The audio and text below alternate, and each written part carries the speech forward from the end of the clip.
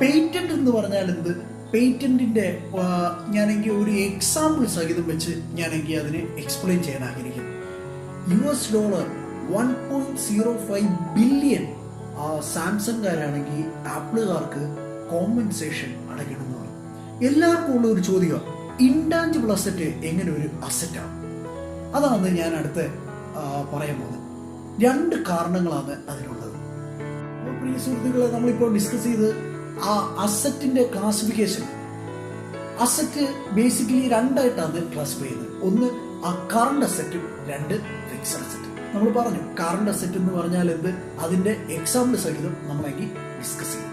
അതിനുശേഷം നമ്മൾ പറഞ്ഞു ഫിക്സഡ് അസറ്റ് എന്ന് പറഞ്ഞാൽ എന്ത്, ഫിക്സഡ് അസറ്റിന്റെ എക്സാമ്പിൾ. അതിനുശേഷം നമ്മൾ പറഞ്ഞു ആ ഫിക്സഡ് അസറ്റ് ബേസിക്കലി 4 ആയിട്ടാണ് ക്ലാസിഫൈ ചെയ്യുന്നത്. ഫസ്റ്റ് വൺ ടാഞ്ചിബിൾ അസറ്റ്, രണ്ടാമത് ഇൻടാഞ്ചിബിൾ അസറ്റ്, മൂന്നാമത് വേസ്റ്റിംഗ് അസറ്റ്, നാലാമത് ഫിറ്റീഷ്യസ് അസറ്റ്. നമ്മൾ ഇതിന്റെ ഓരോന്നും എന്തുവാന്നും അതിന്റെ എക്സാമ്പിൾ സഹിതമാണ് നമ്മളിപ്പോൾ ഡിസ്കസ് ചെയ്യുന്നത്.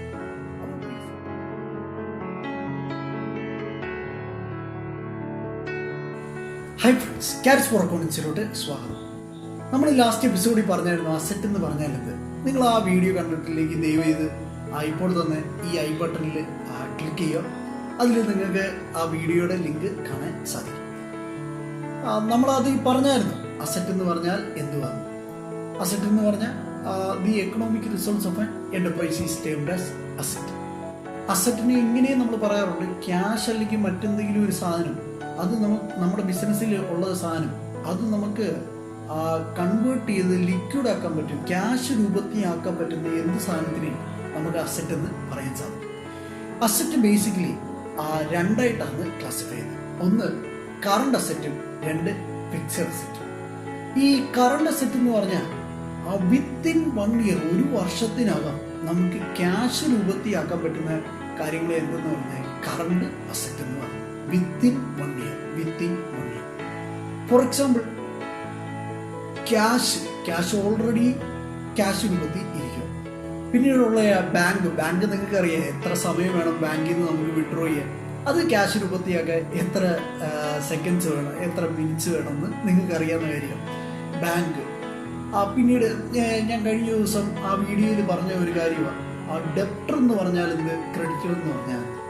നിങ്ങൾക്ക് ഞാനെങ്കിൽ ഒരു എക്സാമ്പിൾ സഹിതം പറഞ്ഞത്, അവിടെ ധോനിയും റെയിനും, അതിൽ ധോനിയാണോ റെയിനെയാണോ അതിൽ ഡെപ്റ്റർ എന്ന് ഉള്ള കാര്യങ്ങൾ നമ്മൾ ആ വീഡിയോയിൽ ഡിസ്കസ് ചെയ്തായിരുന്നു.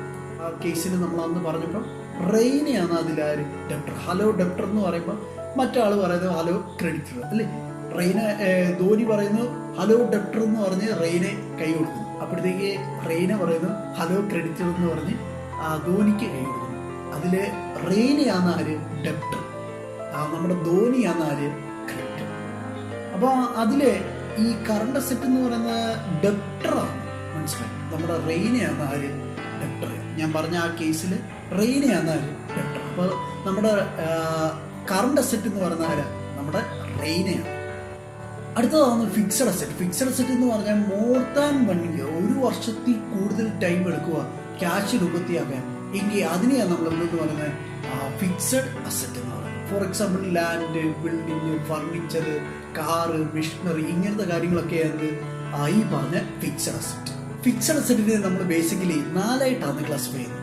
First one tangible asset, second one intangible asset, third one wasting asset, fourth one fictitious asset. ഇതിൽ ഈ ടാഞ്ചിബിൾ അസറ്റ് എന്ന് പറഞ്ഞാൽ എന്തോ, ടാഞ്ചിബിൾ അസറ്റ് എന്ന് പറഞ്ഞാൽ ഫിസിക്കലി നമുക്ക് കാണാനും തൊടാനും പറ്റുന്ന സാധനങ്ങൾ എന്ന് പറഞ്ഞാൽ ഈ പറഞ്ഞ tangible asset. For example land and building നമുക്ക് കാണാനും തൊടാനും പറ്റും അല്ലേ. ഫർണിച്ചർ നമുക്ക് കാണാനും തൊടാനും പറ്റും. എൻ്റെ കാർ, ബൈക്ക്, എൻ്റെ ക്യാമറ, എൻ്റെ ഫോണ്, എൻ്റെ ലാപ്പ്, ഇതൊക്കെ എന്തോ എനിക്ക് കാണാനും തൊടാനും പറ്റുന്ന സാധനങ്ങളാണ്. അപ്പോൾ ഇതിനെ എന്തെന്ന് പറയുന്നത് ടാഞ്ചിബിൾ അസറ്റ് എന്ന് പറയുന്നത്. രണ്ടാമത് ഇൻടാഞ്ചിബിൾ അസറ്റ്. ഇൻടാഞ്ചിബിൾ അസറ്റ് എന്ന് പറഞ്ഞാൽ ഈ ടാഞ്ചിബിളിന്റെ ജസ്റ്റ് ഓപ്പോസിറ്റ് എന്ന് പറഞ്ഞാൽ കാണാനും തൊടാനും പറ്റത്തില്ല. For example copyright, trademark. Copyright നിങ്ങൾ കേട്ടിട്ടുണ്ടായിരിക്കും അല്ലേ. അതായത് നമ്മുടെ ഈ ഏഷ്യൻ ന്യൂസിന്റെ ലാസ്റ്റ് കാണും ഓൾ റൈറ്റ്സ് ആർ റിസർവ്ഡ് എന്ന് പറഞ്ഞ് കാണിക്കാറുണ്ട്, സി എന്ന് എഴുതിയിട്ട്. ഇപ്പം നിങ്ങൾ സ്ക്രീനിൽ കാണുന്ന ആ എംബ്ലം.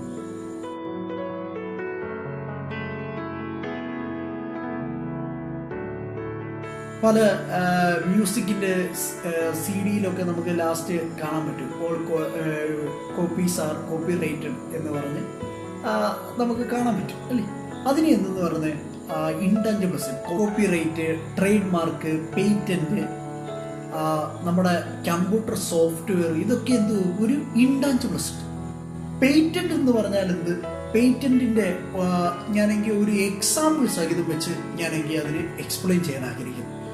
പേറ്റന്റ് എന്ന് പറഞ്ഞാൽ നമുക്ക് ഏതെങ്കിലും ഒരു സംഭവം നമ്മളെങ്കിൽ ഉണ്ടാക്കിയെന്ന് ചിന്തിച്ചു, ആ ഉണ്ടാക്കാൻ വേണ്ടിയുള്ള റൈറ്റ്, ആ ഡിസൈനോ മറ്റെന്തെങ്കിലും കാര്യമോ, അതിൽ ഏതെങ്കിലും ഒരു ടെക്നോളജിയോ എന്തുമാകാം.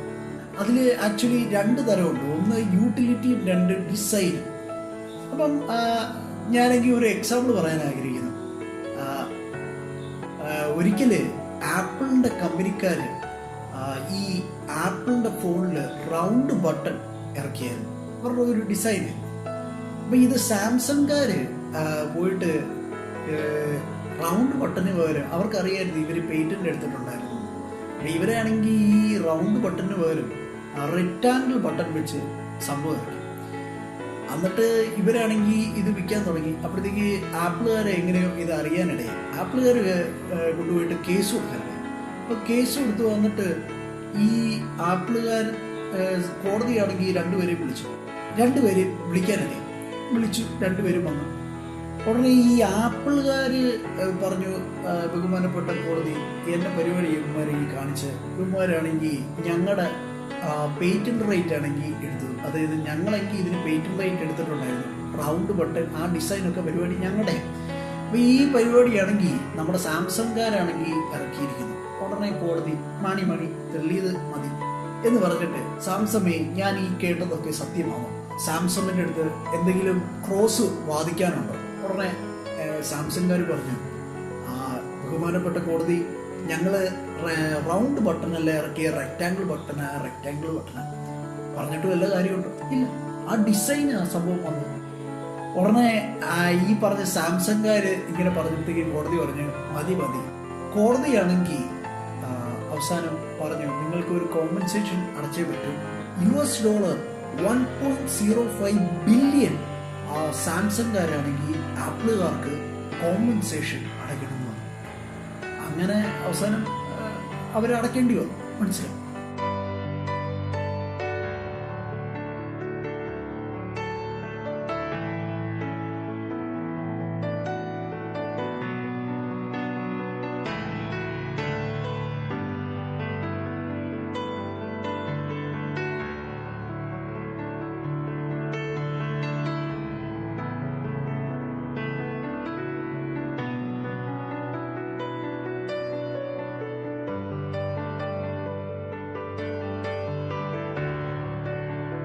എല്ലാവർക്കും ഉള്ള ഒരു ചോദ്യം, ഇൻടാഞ്ചിബിൾ അസറ്റ് എങ്ങനെ ഒരു അസറ്റാണ്?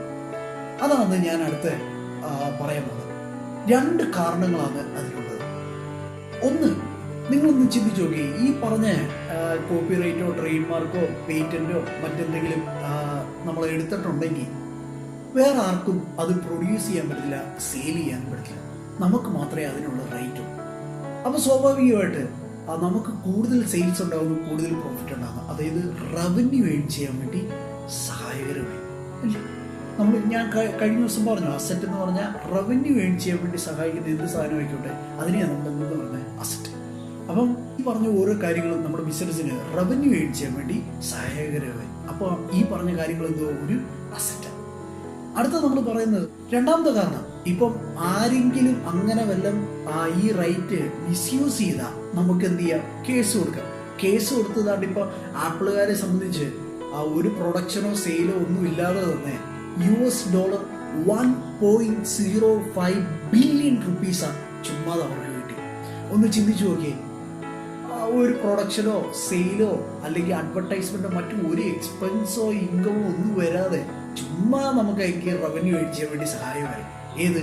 ഈ പറഞ്ഞ പേറ്റന്റ് റൈറ്റ് ഇല്ലേ.